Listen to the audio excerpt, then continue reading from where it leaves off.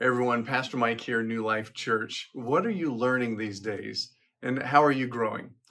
So maybe take an opportunity to kind of post below what you're learning and how you're growing.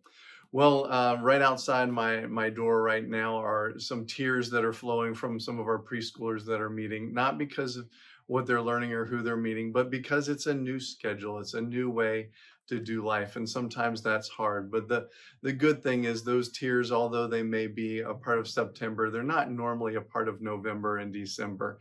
They've adjusted, they've grown, they've met some new friends, and they're picking up different social skills and learning to play together. And that's part of how we go through the Christian life as well. We've been talking about learning and growing, allowing God's grace to shape and form us more into the likeness of His Son. I know that for me, this comes with some regular patterns in my life.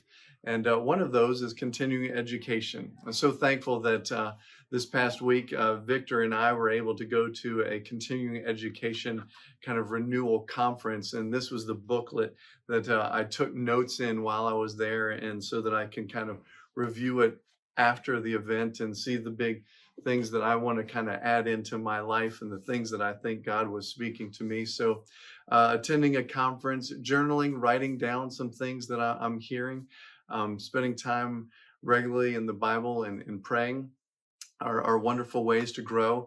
And I want to encourage you, if you are not involved in a life group, to get involved with the life group. You can find information on our website about that, newlifeumc.org, newlifeumc.org, and find that place where it says Bible or life group studies.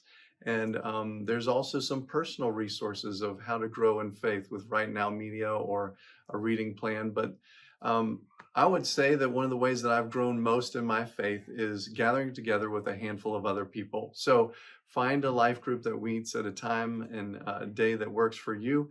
And if there isn't one, then grab a few of your friends and we'll resource you to be able to kind of have good conversations, maybe care for one another, and have opportunities to serve with one another.